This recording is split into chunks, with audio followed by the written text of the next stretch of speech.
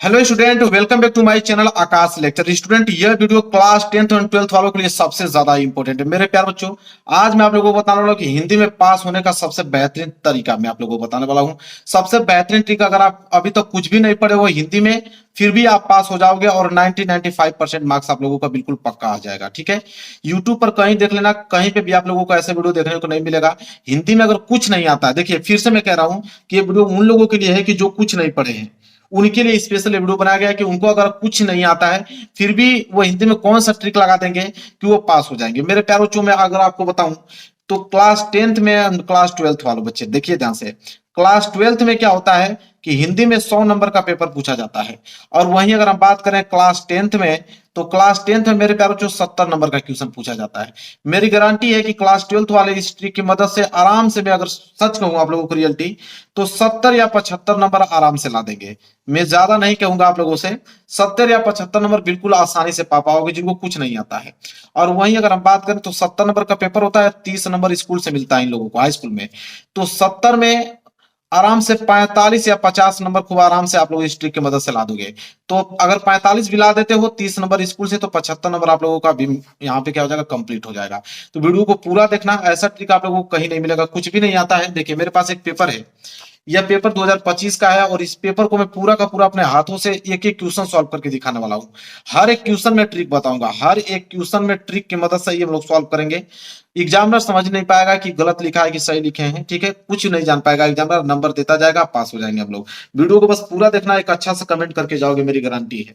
देखिए सबसे पहले करना क्या है आप लोगों को, ध्यान से आप लोगों को समझना है हर एक चीज। सबसे पहले अगर हम बात करें तो सबसे पहले हिंदी में ऑब्जेक्टिव क्वेश्चन आता है। सबसे पहले हिंदी में ऑब्जेक्टिव क्वेश्चन आता है। पहले ऑब्जेक्टिव क्वेश्चन का ट्रिक समझ लो। सबसे पहले हिंदी में क्या आता है, ऑब्जेक्टिव क्वेश्चन। इसके बाद ऑब्जेक्टिव क्वेश्चन का ट्रिक समझाने के बाद तब मैं सब्जेक्टिव क्वेश्चन का समझाऊंगा। ऑब्जेक्टिव क्वेश्चन का यहाँ पे मैं ट्रिक हेडिंग डालता हूं और जितना ट्रिक होता है ऑब्जेक्टिव क्वेश्चन का सब बता दूंगा। देखिए ट्रिक नंबर फर्स्ट, अब याद रखें। पहला ट्रिक क्या कहता है, पहला ट्रिक ये कहता है कि चार ऑप्शन दिया होता है उसमें, option A, option B, option C और ऑप्शन डी। चार ऑप्शन दिए होते हैं। चार ऑप्शन में से कंडीशन नंबर फर्स्ट कहता है कि अगर कोई भी ऑप्शन अगर आपको दिखे कि ए और बी दोनों, अगर कोई चारों ऑप्शनों में से दोनों, ठीक है, ये दोनों होगा, तो कोई भी चारों ऑप्शनों में से अगर ए और बी दोनों ऑप्शन दे, आंख बंद करके उस पर आप लोगों को ट्रिक लगा देना है कि यही वाला ऑप्शन सही होगा।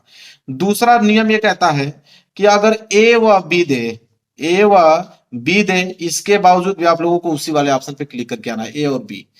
तीसरा ऑप्शन है कि तीसरा नियम ये कहता है कि अगर कोई ऑप्शन चारों में से दिख जाए कि इनमें से कोई नहीं, इनमें से कोई नहीं मेरे प्यारे बच्चों, कोई ऑप्शन अगर आपको दिख जाए तो आप लोगों को उसी पे क्लिक करके आना है। इसके बाद चौथा नियम क्या कहता है कि इनमें से सभी, इनमें से सभी, और चारों ऑप्शनों में से कोई ऑप्शन अगर इनमें से सभी दिखता है तो आप उसी पे क्लिक करके आओगे। तो चार नियम होते हैं, ए बी सी डी। चार नियम मैंने बता दिया, चारों में से कोई ऑप्शन दे, आप लोगों को इसी ऑप्शन पे क्लिक करके आना है। 90% ऑप्शन ये वाले सही होते हैं। अब मैं बताने वाला हूं कि चारों ऑप्शन अगर अलग दे तो क्या करोगे। अब यहाँ पे सबसे जो इंपॉर्टेंट रूल यही है कि अगर ये तो दिखे भाई तो ठीक है, मैं ये करके आ जाऊंगा, नंबर मिल जाएगा। अगर चारों ऑप्शन अलग हों, चारों ऑप्शन अगर आपको डिफरेंट दे दे तब क्या करोगे। अगर ऑप्शन ए अलग दे दे, ऑप्शन बी अलग दे दे, ऑप्शन सी अलग दे दे, ऑप्शन डी अलग दे दे, तो क्या करोगे, कौन सा ऑप्शन रंग के आओगे। मेरे प्यार बच्चों, अगर चारों ऑप्शन आकर आपको अलग दे, आंख बंद करके आप ऑप्शन ए और ऑप्शन सी पे ही क्लिक करके आना है। ऑप्शन ए और ऑप्शन सी पे क्लिक करके आना है मेरे प्यार बच्चों। 90% ऑप्शन ए और ऑप्शन सी सही होते हैं। मैं लाइव प्रूफ अभी दिखाता हूं, मेरे पास पेपर था, इस पेपर में आप लोगों को ऑब्जेक्टिव क्वेश्चन करके दिखाता हूं। देखिए बहुविकल्पीय प्रश्न है, 2025 का पेपर है, मैं बहुविकल्पीय प्रश्न करके दिखाता हूं आप लोगों को। देखिए पहला प्रश्न क्या है, रस मीमांसा के लेखक हैं। अब रस मीमांसा के लेखक मेरे प्यार बच्चों कौन है, आंख बंद करके आचार्य रामचंद्र शुक्ल पे क्लिक करके चले आओ। पहला वाला ऑप्शन देखिए सही हो गया कि नहीं, पहला वाला ऑप्शन। दूसरा प्रश्न भी आप करके देख लो, दूसरा प्रश्न क्या है, कृति कंकाल के लेखक हैं। तो कृति कंकाल के लेखक कौन है मेरे प्यारे बच्चों, आपको हो गए जयशंकर प्रसाद जी हैं। पहला वाला ऑप्शन बिल्कुल इसका क्या हो गया, सही होगा। आगे देखिए तीसरा प्रश्न क्या है, शुक्ल युग की काल अवधि है, तो शुक्ल युग की काल अवधि कितनी मानी जाती है, 1919 से लेकर 1938 तक मानी जाती है। देखिए सी वाला ऑप्शन इसका क्या हो गया, सही हो गया। चौथा अगर हम बात करें शुक्ल युग के प्रसिद्ध उपन्यासकार हैं, तो शुक्ल युग के प्रसिद्ध उपन्यासकार इन चारों ऑप्शन में से कौन है, भगवती चरण वर्मा जी। देखिए सी वाला ऑप्शन सही हो गया कि नहीं। कितना एग्जाम्पल हो गए भाई, चलो एक प्रश्न और करके दिखा देता हूं इधर। लो पांचवा प्रश्न देख लो, चिंतामणि के रचयिता, चिंतामणि के रचयिता रामचंद्र शुक्ल जी हैं। छठवां प्रश्न है ललित ललाम के रचयिता, तो ललित ललाम के रचयिता मतीराम है। यहाँ पे बी वाला यहाँ पे सही होगा। तो भाई 5 प्रश्न लगातार ए और सी सही हुए कि नहीं, तो ए और सी सबसे ज्यादा सही होता है, इसलिए 90% चांस होंगे कि ए और सी सही होंगे जब चारों ऑप्शन अलग दे दे तो। अन्यथा मैंने 4 कंडीशंस आप लोगों को बताया है कि ए और बी दोनों रहे, चाहे ए और बी रहे, इनमें से कोई नहीं, इनमें से सभी, तब तो मार देना। और चारों ऑप्शन अलग दे तो ए और सी मार के आना है। ऑब्जेक्टिव क्वेश्चन का काम खत्म हो गया, कभी भी कोई दिक्कत नहीं होगा, ऑब्जेक्टिव क्वेश्चन में करके चले आओगे। चलिए अब हम देखेंगे सब्जेक्टिव क्वेश्चन। देखिए सब्जेक्टिव क्वेश्चन करने से पहले आप लोग जो पेज होगा, पेज में आप लोगों को स्केल के द्वारा यहाँ पे लाइनिंग खींच लेना है। पहली बात आप लोगों को ये काम करना है। मैं लाइनिंग खींच देता हूँ, डबल लाइनिंग खींच लेना, आप लोगों को दिखने में अच्छा लगे। डबल लाइनिंग मैंने खींच लिया। इसके बाद आप लोगों को खंड ब करना है। देखिए यहाँ पे खंड ब करना है, वर्णनात्मक प्रश्न है। ठीक है, अब देखिए ध्यान से, प्रश्न 21 करना है तो आपको हेडिंग बनाना पड़ेगा। सबसे पहले आप लोगों को यहाँ पे हेडिंग बना के लिखना पड़ेगा कि खंड ब, तो यहाँ हेडिंग आप डालोगे खंड ब। ठीक है, इसके बाद खंड ब में वर्णनात्मक प्रश्न था, तो यहाँ पे हेडिंग आपकी रहेगी वर्णनात्मक प्रश्न। वर्णनात्मक प्रश्न जो जो हेडिंग आपकी मेन है, हेडिंग में कोई आप लोगों को समझौता नहीं करना, हेडिंग आपको डालना ही डालना है। वर्णनात्मक प्रश्न, प्रश्न उत्तर संख्या 21 हम लोग कर रहे थे, तो एक लाइन छोड़ के फिर हम लोग डालेंगे प्रश्न उत्तर संख्या 21, ताकि एग्जामिनर को देखने में ये लगे कि हाँ भाई कोई अच्छा लड़का यहाँ पे कॉपी लिखा है। प्रश्न उत्तर संख्या 21, प्रश्न उत्तर संख्या 21 हम लोग कर रहे हैं। ठीक है, अब इसके नीचे आप चाहोगे तो स्केल की सहायता से अंडरलाइन कर सकते हो। यहाँ पे मैं हाथ से ही कर देता हूँ, आप स्केल की सहायता से कर लेना, दिखने में अच्छा लगेगा। अब यहाँ से ध्यान से देखिए, प्रश्न उत्तर संख्या 21 में भी आपका क दिया है और अथवा करके आपको ख दिया है। तो आप करना क्या चाहते हैं, क वाला करना चाहते हैं तो आपको यहाँ पे क वाला डालना होगा, क। अथवा करना चाहेंगे तो आपको अथवा करके ख डालना पड़ेगा। तो क वाला कर रहे हैं हम लोग। देखिए तो क वाला हम लोग कर रहे हैं। अब क वाला क्या प्रश्न है कि निम्नलिखित गद्यांश पर आधारित 3 प्रश्नों के उत्तर दीजिए। अब गद्यांश आ गया, ठीक है, तो जब भी गद्यांश आ जाए, गद्यांश करने वाले हो, मान लीजिए क वाला का गद्यांश करने वाले हो, तो गद्यांश है ना, तो आपको एक हेडिंग यहाँ पे गद डालना पड़ेगा। क्या डालना पड़ेगा, गद हेडिंग यहाँ पे डाल लीजिए। और गद हेडिंग डालने के बाद मेरे प्यार बच्चों आपको हिंट लिखना पड़ेगा। जैसे आज हम इसी निर्मल, तो यहां से लेकर यहां तक लिख लीजिए, आज हम इसी निर्मल। तो यहाँ पे हिंट आप लिख दोगे तो एग्जामिनर को समझ में आ जाएगा, आज हम इसी निर्मल। ठीक है, इसी निर्मल लिखने के बाद आप कीजिएगा क्या, dot dot dot dot dot dot कर दीजिएगा, और उसी की लास्ट लाइन जो है यहाँ पे और रखेगा, यहां पे लिख दीजिएगा और रखेगा, और रखेगा, ताकि एग्जामिनर को समझ में आ जाएगा कि भाई कौन सा गद आपने किया। देखिए दिखने में अच्छा लग रहा है। इसके बाद आप प्रश्न करना स्टार्ट करोगे। देखिए क वाला प्रश्न, अ वाला उपयुक्त गद्यांश का संदर्भ लिखिए। अब अ वाला है तो अब एक लाइन छोड़ के आप अ वाला यहाँ पे डालिएगा। संदर्भ है तो आप हेडिंग बना के लिखिएगा संदर्भ। ठीक है, संदर्भ इस तरह हेडिंग बना के नीचे अंडरलाइन कर लेना है। संदर्भ मेरे प्यारे बच्चों पाठ और लेखक का नाम लिखा जाता है। तो पाठ और लेखक पूरा नहीं लिखना चाहते हो कोई दिक्कत नहीं, आप इस तरह लिख सकते हो, पाठ का नाम, नंबर आपको मिल जाएंगे, पाठ का नाम, और नीचे आपको हेडिंग बनाना पड़ेगा एक लेखक का नाम। लेखक का नाम 2 हेडिंग बना के लिख दोगे तभी भी नंबर आपको मिल जाएगा। पाठ और लेखक का नाम मतलब किस पाठ से लिया गया है, तो हम क्या करेंगे कि इसको पढ़ेंगे। तो हम पढ़ेंगे कि आज हम इसी निर्मल शुद्ध शीतल व स्वस्थ अमृत की तलाश में हैं। तो यह जो मेरे प्यारे बच्चों है, यह आपके भारतीय संस्कृति चैप्टर से लिया गया है, और जिसके लेखक डॉक्टर राजेंद्र प्रसाद हैं। ठीक है, और सब में अलग अलग होंगे, तो आपको अगर नहीं मालूम है तो कुछ भी किसी भी चैप्टर का अगर नाम आपको मालूम है तो यहाँ पे आप लिख सकते हो। हालांकि हमको मालूम है कि पाठ का नाम क्या है, तो यहाँ पे भारतीय संस्कृति, तो यहाँ पे मैं लिख दूंगा भारतीय संस्कृति। ठीक है, भारतीय संस्कृति मैंने यहाँ पे लिख दिया। अगर आपको नहीं मालूम है तो कोई भी चैप्टर अगर आपको मालूम है तो यहाँ पे आराम से लिख दीजिए, कोई दिक्कत नहीं है, लिख दीजिए। और लेखक का नाम जो है वो डॉक्टर राजेंद्र प्रसाद है, तो मैं यहाँ डॉक्टर राजेंद्र प्रसाद लिख दूंगा, राजेंद्र प्रसाद। तो इसी तरह आपके चैप्टर का जो भी नाम होगा और लेखक का नाम मालूम होगा, आराम से लिख दिए, कोई दिक्कत नहीं है। ये आपका संदर्भ क्या हो गया, इतना में कंप्लीट हो गया। इसके बाद आपको अगली हेडिंग क्या है, यहाँ पे ब वाला, गद्यांश के रेखांकित अंश के भाव स्पष्ट कीजिए। अब रेखांकित अंश की व्याख्या करना है, ठीक है। तो यहाँ पे आप डालोगे ब। मैं फिर से बता देता हूं कि ये उन्हीं के लिए वीडियो जो कुछ नहीं पढ़े, जिनको कुछ नहीं आता उनको पास होने का तरीका बता रहा हूँ, ठीक है। टॉपर बच्चे तो अपना सीक्वेंस से लिखेंगे अच्छे से, ये पास होने का तरीका बता रहा हूँ कि जो कुछ नहीं पढ़े वो पास कैसे होंगे। ब वाला रेखांकित अंश की व्याख्या, तो आप हेडिंग डालोगे रेखांकित अंश की व्याख्या। यह उन्हीं के लिए है कि जो कुछ नहीं पढ़े हैं बस पास होना चाहते हैं, किसी न किसी तरह पास हो जाए, उनके लिए वीडियो स्पेशल बनाया गया है। पढ़ने वाले बच्चे अपना पढ़ के अच्छे से लिखिएगा, ठीक है। रेखांकित अंश की व्याख्या हेडिंग आप डालकर अब देखिए कहां तक लाइन किया गया है कि आज हम इसी निर्मल शुद्ध शीतल व स्वस्थ अमृत की तलाश में है, ठीक है। आपको एक लाइन आपको रट्टा मार लेना है, क्या कि लेखक कहते हैं, लेखक कहते हैं कि, यह लाइन आपको याद होना चाहिए।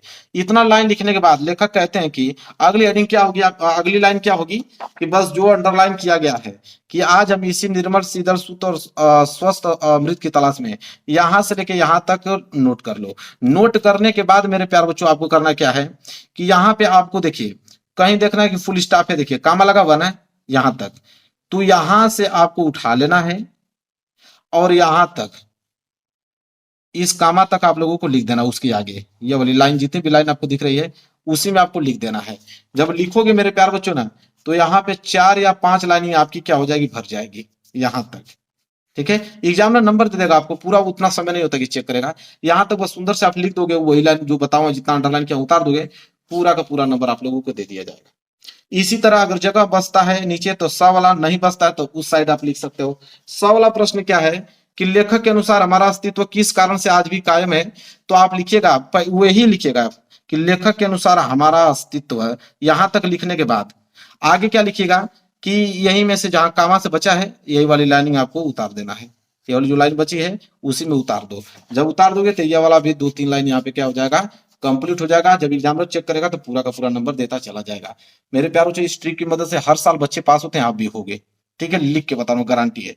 तो यहां तक समझ में आ गया। तो यह आपका गद में भी काम करेगा, पद में भी काम करेगा। जैसे 21वां प्रश्न गद है तो गद में भी काम किया, और इधर 22वां पद्यांश है तो पद में भी काम करेगा। यही रूल अपनाएगा, जैसे में लिखा जहां गदगद था वहां पद पद लिख दीजिएगा, जहां गद्यांश लिखा वहां पद्यांश लीजिए, बाकी नियम यही लगेगा जो नियम मैंने इसमें बताया है।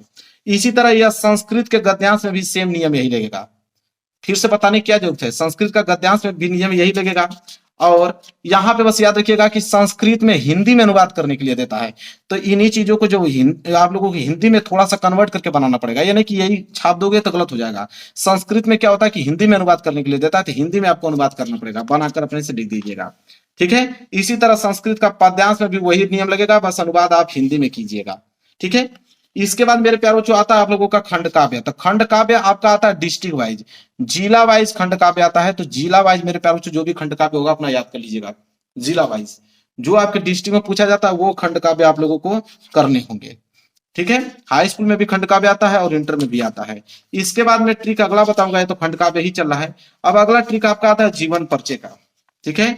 क्या आता है जीवन परिचय, आप कैसे लिखोगे, देखिए जीवन परिचय के लिए आप सबसे पहले प्रश्न उत्तर संख्या डालोगे। क्या डालोगे, प्रश्न उत्तर संख्या। तो यहाँ पे अगले पृष्ठ पे आप प्रश्न उत्तर संख्या डाल लेना। प्रश्न उत्तर संख्या यहाँ पे 26 दिया है, आपके पेपर में जो दिया होगा उतार लेना। प्रश्न उत्तर संख्या 26 का क है तो 26 का क। अब जीवन परिचय देखिए, जीवन परिचय तो हाई स्कूल इंटर दोनों में आता है।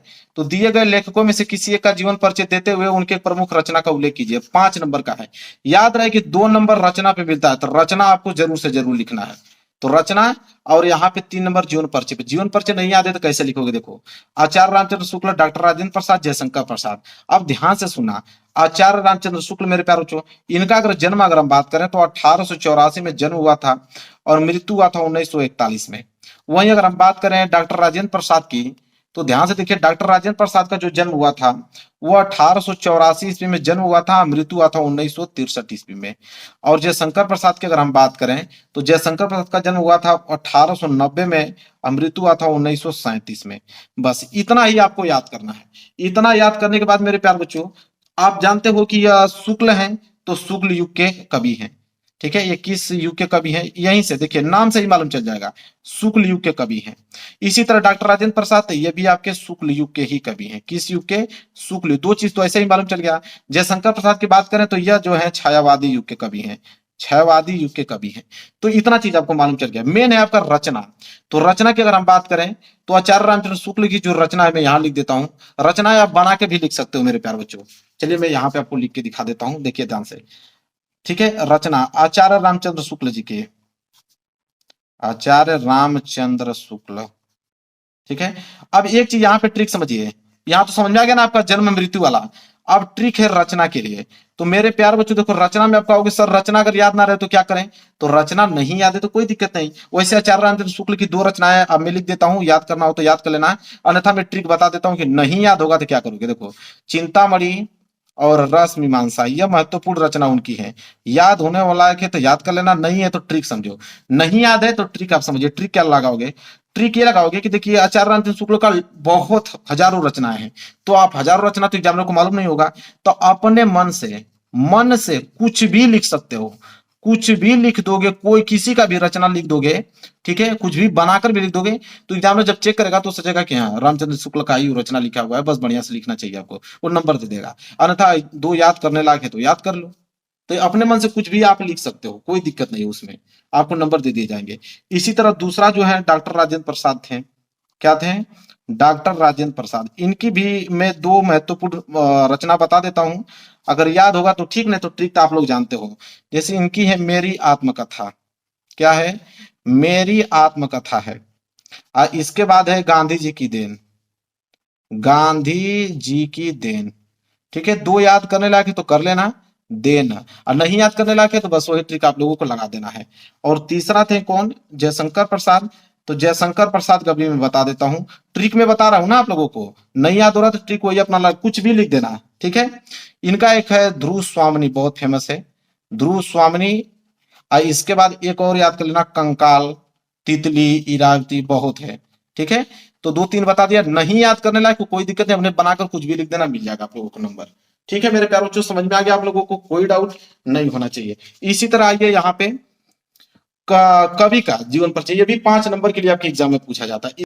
चलिए समझ में आ गया आप लोगों को ना, जीवन परिचय ऐसे ही लिखना है। इसी तरह मेरे प्यारे बच्चों आप लोगों को जीवन परिचय कवि का आएगा, तो कवि का जीवन परिचय भी आप लोगों को सेम ऐसे ही आप लोगों को लिख देना है। तो यहाँ पे लेखक का भी जीवन परिचय, यहाँ से कवि का जीवन परिचय, दोनों कंप्लीट हो गया। इसी तरह आप लोगों को बनाकर कुछ भी डेट, देखिए जन्म कुछ भी आप लिख दीजिए। ठीक है, 1800 से स्टार्ट होना चाहिए मेरे प्यारे बच्चों, 1900 से स्टार्ट कर दीजिए। अरे 1800 से, देखिए तीनों में 1890, 1884, 1884। ठीक है, समझ में आ गया। कवि में एक चीज याद रखना, कवि में जो आप लोग स्टार्ट कीजिएगा तो या तो 14 से, ठीक है 1478 हुआ, ठीक है, फिर या तो 1900 से उठा लीजिए या 1500 से उठा लीजिए, कुछ भी आगे का 14, 19, 15 उठा के पीछे कुछ भी लिखते चले जाइए। ठीक है, ये आप लोगों के जन्म के काम कर देंगे। ये ट्रिक उन्हीं को बता रहा हूँ जो याद नहीं है, जिनको याद रहेगा वो सही लिख के आना भाई। ये ट्रिक उनके लिए कि जिनको याद नहीं, उनके लिए ट्रिक बता रहा हूँ। समझ में आ गया आप लोगों को, कोई डाउट नहीं होना चाहिए। चलिए अगला ट्रिक देखिए, अगला ट्रिक आप लोगों का है निबंध।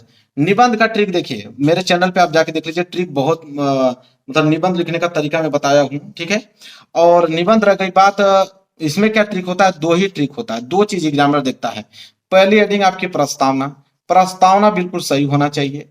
और लास्ट हेडिंग उपसंहार। दो हेडिंग याद कर लो, छोटा छोटा है 3-3 लाइन का। दो हेडिंग याद हो गया, दुनिया का कोई भी आप निबंध लिख के चले आओगे। बस प्रस्तावना सही होना चाहिए, उपसंहार सही होना चाहिए, बाद की बीच में कुछ भी हेडिंग बना के लिखो, कोई फर्क नहीं पड़ता, एग्जामिनर दो ही हेडिंग चेक करता है। ठीक है, इसी तरह मेरे प्यारों यहाँ पत्र लेखन आ गया। ठीक है, तो पत्र लेखन का तरीका क्या होता है मेरे प्यारों? बस पत्र लेखन का तरीका बस शुरू के आपके सही होने चाहिए कि सेवा में, ठीक है, फिर आप महोदय लगा दिए हैं।